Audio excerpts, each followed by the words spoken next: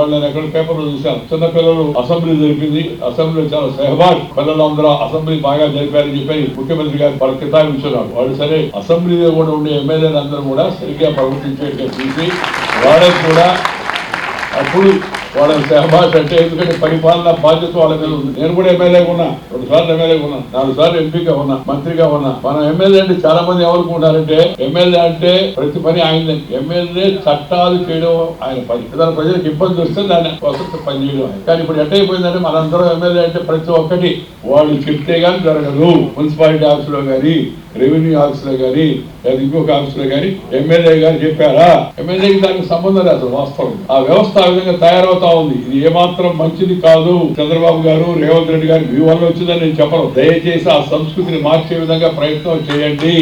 ప్రజలకు ప్రభుత్వానికి మధ్య వారధిగా ఉండాలి ఎమ్మెల్యే. ఎమ్మెల్యే అంటే ఎమ్మెల్సీ కూడా, రాజేంద్ర ప్రసాద్ కూడా అలాంటి వాడే కాబట్టి రాజేంద్ర ప్రసాద్కి ఇంకో సలహాలు చెప్పాల్సిన అవసరం లేదు. ఆయన ఆడపార్టీ కాదు, జనాపార్టీ. మంచిగా ఓర్పుగా, నేర్పుగా దేన్నైనా మంచిగా చేయగలరు. నాకు చాలా కాలం నుంచి కూడా తెలుసు.